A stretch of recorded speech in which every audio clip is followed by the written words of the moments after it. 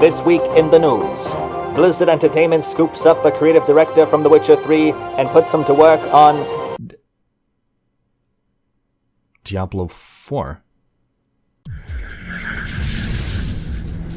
Hey folks, this is Riker with a gaming news wrap-up video where we discuss the happenings of the week. This week's topics include Blizzard's latest hire, an AI that has defeated pro StarCraft players 10-0, a roundup of action RPG news, and more. As always, discussion timestamps can be found in the video description below. And right before we dive in, a reminder to ring the sub-notification bell to be alerted of new Saturday episodes. We'll kick things off with some Overwatch news. First off, in case you are unaware, there are Overwatch LEGO sets that have been released. You can find those on the Blizzard Gear Store or other retailers. Blizzard was kind enough to send me a set, and after 2 hours, LEGO Reinhardt and LEGO Diva were complete. Now, as a kid, I was a huge LEGO fan, and it definitely felt good to build some stuff in LEGO again. But I gotta say, LEGO's gotten so much more advanced than things were when I was a kid. We'll keep that footage rolling in the background throughout the rest of the video, because in other Overwatch news, we saw a patch released this week with a buff to Reaper, a nerf to Diva, and yet again to Brigitte. And we saw the kickoff of the Lunar New Year event,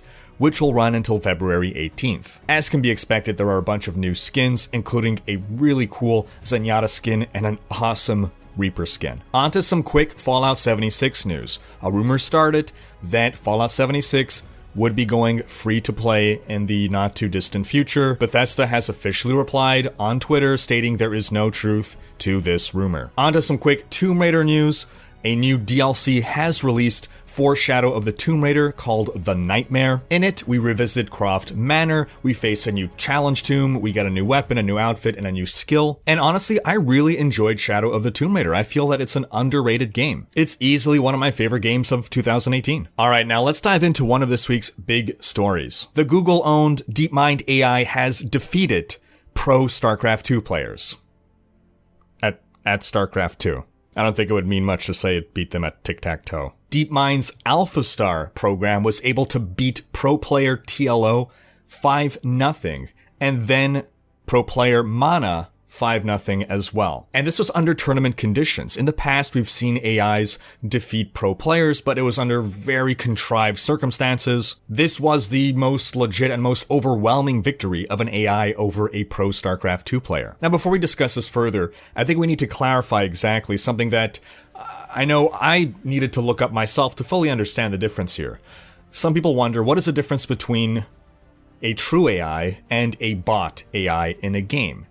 Oftentimes, our computer opponents that we face in video games, which have been around forever, are referred to as AI, but they're not actually AI. Bots in video games are basically just programs or scripts that follow a sequence of commands. A bot can only perform actions that its programmer gave it. It could only react to things that it was programmed to react to. It's effectively a highly complex list of if-then statements. If such and such conditions are met, then perform this action. It doesn't understand how to react to something if it doesn't have an if statement programmed around it. So a bot is limited by the input of its creator. Whereas a true AI, while it may sometimes be given some basic instructions to follow at first, has the capacity to learn and perform new behaviors. A bot has no memory, no capacity to learn or adapt beyond its programming. Whereas an AI is designed to learn from its mistakes, to remember what worked and what didn't work, and to use that knowledge to modify its future behavior. Because of this, an AI can come up with strategies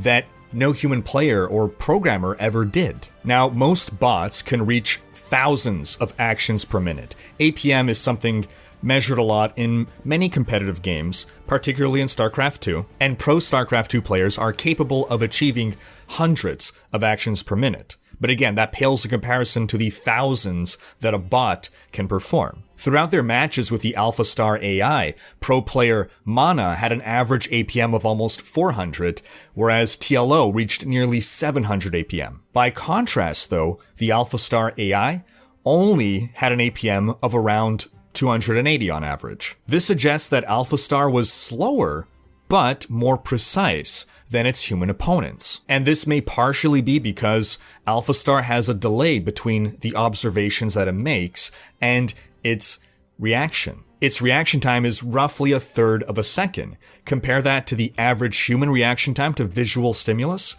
which is about a quarter of a second, and you can see that it's actually a little slower. So the point here is that unlike what is often the case with bots versus humans, the AI here didn't win because it was able to click or react at superhuman speeds. It won through legitimate strategy. Now that said, AlphaStar did have one advantage over its human opponents. It had a zoomed out view of the map. Now in strategy games, it's not uncommon for bots to be able to see the whole map, including areas behind fog of war. It always knows where every unit in the game is, yours and its own.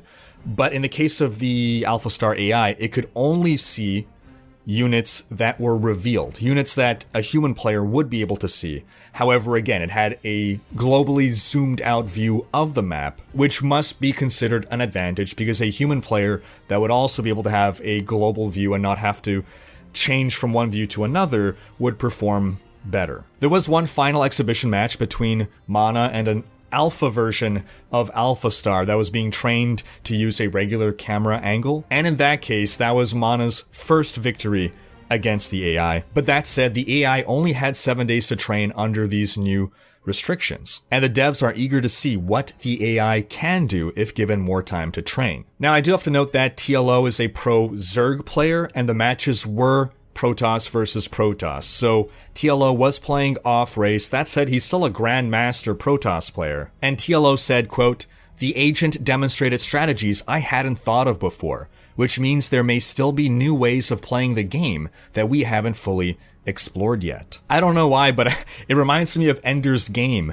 where Ender comes in and, I guess as a child and not a military veteran, has these strategies and ideas that the vets would have never come up with. The difference here is that it's an AI and this analogy doesn't fit at all, but it still reminded me of that. Now, while TLO is not a Protoss main, Mana is one of the world's top 10 Protoss players, so you gotta give that to AlphaStar. Alright, let's talk about Path of Exile. On the Path of Exile subreddit, user Case81 brought up an excellent discussion topic. His talk revolves around what he describes as the rare item issue. Now, if you play Path of Exile and you get to the later phases of the game, you know that an exorbitant number of items drop. Any Path of Exile player will tell you, oh, you have to use a loot filter. Are you not using a loot filter? You're crazy. Go install a loot filter right now. Go do it. If any of you are playing Path of Exile and are not using a loot filter, go do it right now. Go. Filterblade.xyz, install NeverSync. Just do it. This isn't a skit. Seriously, pause the video. Go do this, please. And Case's main argument is that over time, this issue has become worse and worse. Basically, with content and power creep, far too many useless rare items drop. Not to say that all rare items are useless. Path of Exile is a game in which rare items are very important, but the number of useless rare items versus good rare items, that ratio has gotten worse and worse. And while loot filters do help with this, the idea is, well, why not fix the core issue? Why rely on loot filters to fix this? And his proposed solution is basically to lower the number of rare items that drop, but to increase the quality of rare items that drop. Now, the idea is not to make the game easier or to make acquiring the rare items that you want any faster. The idea is just have to sift through less garbage. And what's interesting is that Diablo 3 actually did this as part of its Loot 2.0 overhaul. Now, one of the core philosophies of Loot 2.0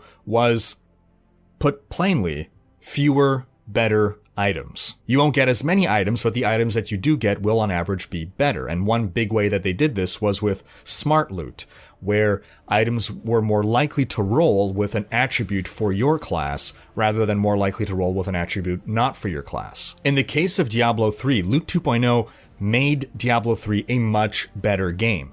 But a big reason for that is, in Diablo 3, yellow items are not part of the endgame at all. Diablo 3's itemization is simple enough that fewer, better items make sense and can work. But in a game like Path of Exile, where the itemization is far more complex and rare items play a much larger role in the endgame, it becomes a lot more difficult to work out what does fewer but better mean? In Path of Exile, there are so many scenarios in which an item might be useful for XYZ, be it for crafting, be it for use, be it because of a specific attribute.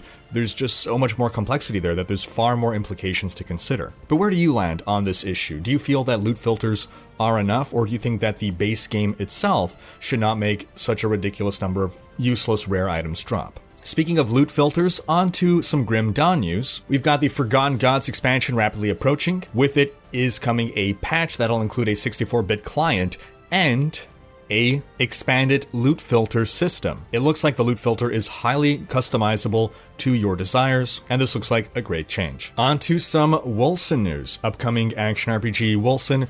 We have a new blog post that went up a week ago.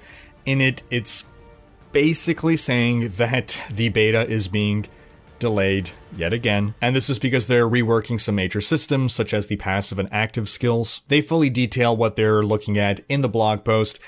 In short, it looks like the changes to the active skills are great. It's going to allow for more customization, more elaborate skill trees. But the big story here is that lots of people are upset over this, that with Wolcen, it's just seeming like it's delay after delay, and people are starting to think, hey, is this game ever going to release? I've always described Wolcen as a game with tremendous potential, and I do hope that it releases, and it releases in the not too distant future. But it's certainly concerning when you see a game has been in alpha for so long, and they keep reiterating on some core systems. There are far too many stories of games caught in early access hell, never releasing, and again, I just hope that Wolcen won't be one of those. Now lastly, on to some Diablo news. As noted by his LinkedIn profile, Sebastian Stepien, someone from CD Projekt Red, who is a creative director on The Witcher 3 and a narrative and setting director on upcoming Cyberpunk 2077, has been hired by Blizzard as a creative director as of January 2019. What this means for Cyberpunk 2077 is unclear. I don't think there's any cause for concern, to be honest, but this is tremendously good news for Blizzard, because The Witcher 3, apart from being an astounding game, was particularly astounding from a creative direction standpoint. And we have unofficial confirmation that he will be creative director on Diablo 4. This comes from Jason Schreier, and I know whenever I bring up Jason Schreier, some of you groan. Look, even if you disagree with someone's politics or you feel offended by them, that's not reason to discount legitimate leaks and rumors that have come from these people. Jason Schreier has a reputation for legitimate insider leaks.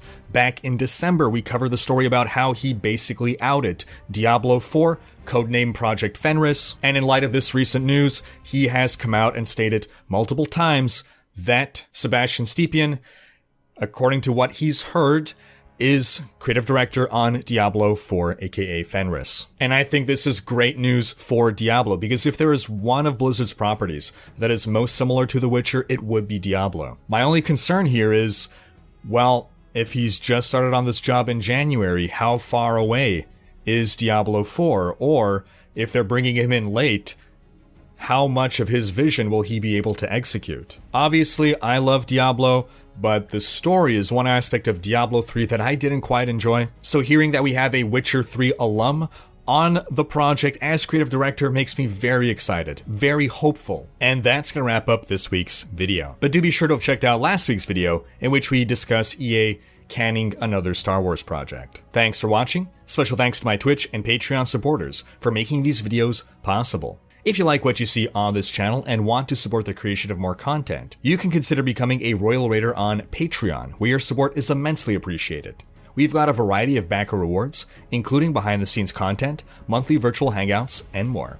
If you enjoyed this video, please share it, check out these other videos, and subscribe to join Riker's Raiders for more gaming content.